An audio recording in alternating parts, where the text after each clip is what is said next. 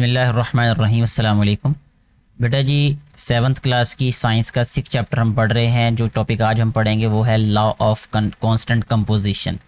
Law of constant composition है क्या, इसके बारे में थोड़ी सी पहले हिस्ट्री बताई है कि composition refers to the type and number of atoms present in a substance. Composition का जो मतलब है वो है कि टाइप क्या है और नंबर कितने हैं एटम्स के, किसमें किसी भी सब्सटेंस की जो बनावट है उसके अंदर। यानी जब भी कोई सब्सटेंस हमारे सामने होता है या कोई सब्सटेंस बनता है उसमें कितनी टाइप्स के जो एटम्स हैं वो शामिल होते हैं और उनकी क्वांटिटी या उनकी तादाद कितनी होती है, ये उसकी कंपोजिशन कहलाती है। In the late 1700 a French scientist Joseph Proust studied the chemical compounds and presented the law of constant composition। 17वीं सदी जो थी यानी 1700 के आखिर में, यानी आप कह लें कि 1700 के एंड में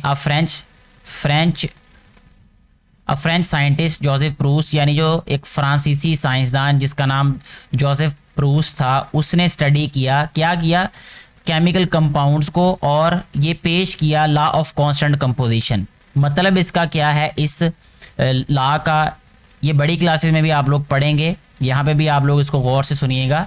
दिस लॉ स्टेट्स दैट, इस लॉ के मुताबिक या ये लॉ कहता है कि the composition of a compound is always the same, कि जो कंपोजिशन होती है ना किसी भी कंपाउंड की वो सेम रहती है, यानी उसकी जो बनावट होती है वो सेम ही रहती है, एक जैसी रहती है, regardless of how the compound was made और ऑब्टेन्ड। इस बात को जहन में रखे बगैर, यानी इस बात का ख्याल रखे बगैर कि वो कंपाउंड कैसे बना, ठीक है, और कैसे हासिल किया गया। इसको मज़ीद, इस जो लॉ है इसको वाज़े करने के लिए, इस लॉ को मज़ीद वाज़े करने के लिए हमें यहाँ पे एग्जाम्पल्स के थ्रू बताया गया है कि water can be obtained from many sources. पानी जो है वो बहुत सारे ज़राए से हासिल किया जा सकता है, जैसे रिवर्स हैं, वेल है, सी है, etcetera. But its composition is always the same. लेकिन इसकी जो कंपोजिशन है ना वो हमेशा एक जैसी ही रहती है। There are 2 atoms of hydrogen and 1 atom of oxygen. हमेशा पानी का जो मॉलिक्यूल होगा वो चाहे समंदर का पानी हो, चाहे वो कुएं का पानी हो, चाहे दरिया का पानी हो, उसमें उसके उसका जो मॉलिक्यूल होगा उसमें 2 एटम हाइड्रोजन होंगे और 1 एटम किसका होगा, ऑक्सीजन का होगा। Present in a molecule of water H2O, यानी पानी के एक मॉलिक्यूल में हमेशा 2 हाइड्रोजन एटम और 1 ऑक्सीजन एटम होगा, ठीक है जी। इसी तरह एक और मिसाल से हमें बात बताई जा रही है कि carbon dioxide is produce in a number of ways. मुख्तलिफ तरीक़ों से कार्बन डाइऑक्साइड गैस जो है वो बनाई जाती है, but it's one molecule always consist of, इसका जो एक मॉलिक्यूल होता है उसमें हमेशा क्या होता है, 1 कार्बन एटम, एक कार्बन एटम होता है उसमें, या एक कार्बन एटम ही होगा, एंड 2 ऑक्सीजन एटम्स, और 2 ऑक्सीजन एटम ही होंगे, ठीक है। साइंस, टेक्नोलॉजी एंड सोसाइटी वाला जो पॉइंट है उसमें हमें ये बताया जा रहा है, ये एक्स्ट्रा इन्फॉर्मेशन है।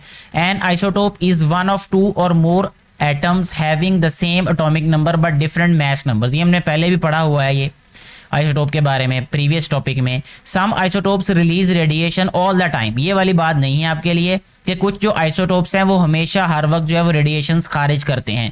These isotopes are called radio isotopes. उनको क्या कहते हैं, रेडियो आइसोटोप्स कहते हैं।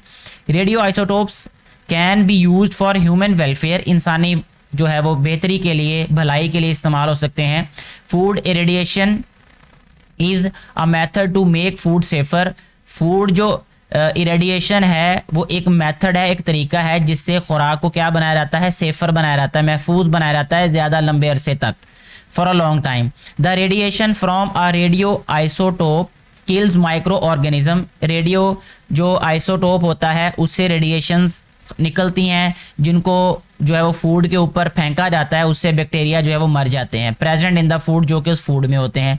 इस वजह से वो ज़्यादा देर तक महफूज रखा जा सकता है, क्योंकि जो बैक्टीरिया हैं वही डिकम्पोजिशन की वजह बनते हैं, यानी वो खुराक को डिकम्पोज करते हैं। तो जब वो बैक्टीरिया ख़त्म हो जाएंगे तो डेफिनेटली वो ज़्यादा अरसे तक खुराक जो है वो महफूज हो सकेगी। इसके अलावा वो कहता है कि आप खुद से भी दूसरे जो है वो रेडियो आइसोटोप के इस्तेमालात जो है वो बताएं। जो भी स्टूडेंट इस वीडियो को देख रहे हैं आप कम से कम एक यूज़ जो है वो नीचे ज़रूर लिखिएगा। इसके साथ ही हमारी ये वीडियो यहाँ पे कंप्लीट होती है। मुझे उम्मीद है कि ये टॉपिक आपको अच्छे तरीके से समझ आ चुका होगा। किसी भी कन्फ्यूजन की सूरत में आप नीचे कमेंट करके अपना क्वेश्चन पूछ सकते हैं।